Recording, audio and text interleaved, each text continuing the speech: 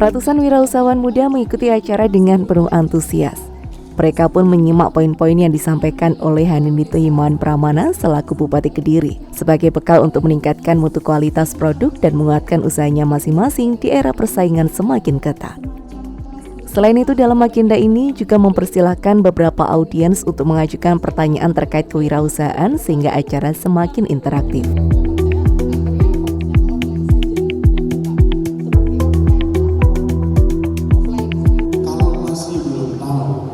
Pertama harus tahu dulu, dilihat dari sekian banyak opportunity yang ada, ya, dari sekian banyak potensi yang ada, apa sih sebenarnya yang bisa saya lakukan, dan harus sesuai dengan passion, harus sesuai dengan apa yang jenengan sukai. Ya kalau tidak suka ya jangan dilakukan. Kalau tidak senang sama sesuatu hal ya jangan dilakukan. Karena tidak akan jalan pasti. Seperti Mas ini, dari sekarang Mas sudah harus mulai menyusun, walaupun nanti takdir berkata lain. Karena biasanya apa yang dibayangkan pada saat kuliah tidak sama dengan realitas pada saat sudah bekerja. Tapi Mas sudah harus mulai menyusun. Oke, hari ini kira-kira kabupaten ini potensinya apa saja sih? Oh ini. Oke, dengan potensi yang dimiliki ini, kira-kira kalau saya jual mana yang laku ya? Kalau usaha saya kan di bidang jahit, Pak. Nah, di sini apakah ada untuk pelayanan bisa mengembangkan usaha saya? Mungkin bisa mencapai sama levelnya Mbak yang bagus tadi. Itu saja, terima kasih. Biasanya teman-teman penjahit ya, itu datang. Kemarin bahkan Jumat ngopi 2 minggu yang lalu saya ingat betul, datang teman-teman penjahit itu mau minta jahitkan bendera sepanjang 5 kilo kalau tidak salah. Saya sampai gede-gede saya bilang, ya kalau 5 kilo kainnya dari mana, saya bilang kainnya dari mana. Nah, tapi balik lagi begini, jadi kalau memang usahanya dengan ingin maju, yang pertama yang akan saya tanya adalah apakah dengan sudah menggunakan media sosial untuk memasarkan atau belum? Sudah di Instagram. Hanya Instagram? Iya. Panjenengan semua tahu nggak kalau Instagram itu hanya 12% sampai 15% pengaruhnya. Pengaruh tertinggi, jadi kalau kita survei, saya pernah melakukan survei ini soalnya tahun 2020 saya melakukan survei. Media sosial paling efektif, paling pertama adalah Facebook. Facebook sama WhatsApp itu udah unik. Kedua, Instagram.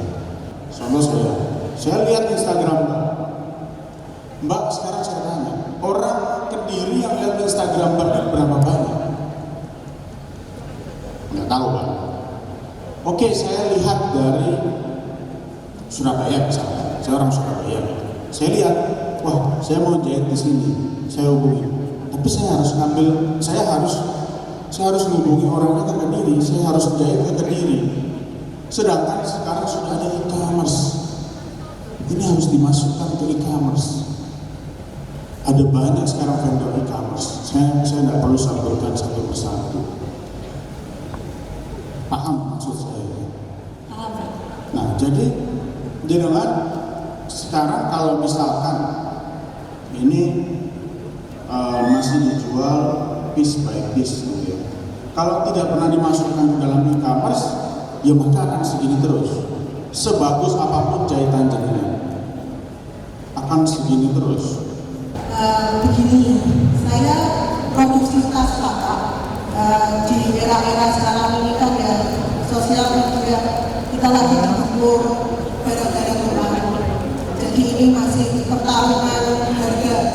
Misalkan ini aku teman, misalkan katakanlah nanti ada subsidi, oh ini ada kain ini, misalkan di kabupaten bisa. Jadi kita bisa ikut, katakanlah kan kalah dengan perang harga selama ini. Nah, ini alhamdulillah, ini tadi saya bikin baru inovasi, saya bikin biskuit. Terima kasih, ini tadi sudah dibenarkan banyak, jadi bikin merek juga halal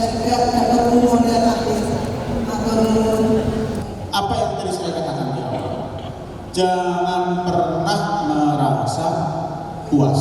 Kalau bersyukur itu wajib. Tapi kalau begitu Bapak Ibu puas, maka akan stuck. Ibu ini hari ini mengalami stuck di sektor tas, jahit. Lalu ibu ini beliau ini berinovasi. Saya mau jualan biskuit karena anak saya suka. Hal yang sangat sederhana yang kadang tidak tercapture itu bisa membuat berkah. Nah ternyata tiba-tiba sudah mau ada resellernya. Nah maka nanti tolong Dinas Kopusmik didampingi ibunya sampai betul-betul laku. Nanti ibu datang ya ke Jumat Kopi minggu depan atau 2 minggu lagi ke pendopo, saya mau tahu.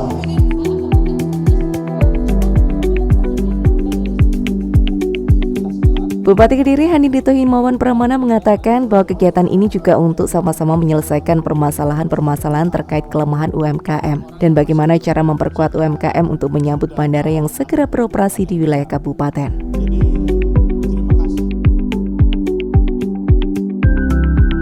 Jadi hari ini teman-teman UMKM yang mungkin belum stabil, masih berjuang, masih berusaha, ini kita kumpulkan hari ini, dan memang ini tidak seluruhnya, karena kalau seluruhnya jumlah total UMKM kita hari ini ada di angka sekitar 9.175 kalau saya tidak salah, dan ini tentunya terus akan berkembang.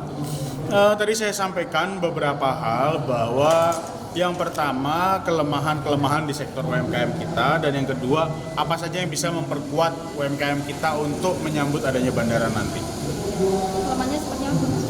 Kelemahan yang pertama, satu, kalau punya produk enak dan sebagainya, packagingnya belum ada. Yang kedua, tidak pernah menghitung omset, tidak pernah menghitung pengeluaran, tidak pernah melakukan efisiensi produksi. Itu harus dilakukan. Jadi rata-rata yang dilakukan oleh teman-teman UMKM ini hanya sekedar berjualan dan untuk menyambung hidup, untuk makan sehari-hari. Sedangkan yang namanya berbisnis atau berusaha itu harus dihitung. Bagaimana operational expenditure dalam 1 bulan itu berapa persen, lalu kalaupun ada penurunan itu karena apa, potensinya, penyebabnya, ini harus dihitung semuanya. Nah itu yang tadi saya sampaikan kepada teman-teman UMKM.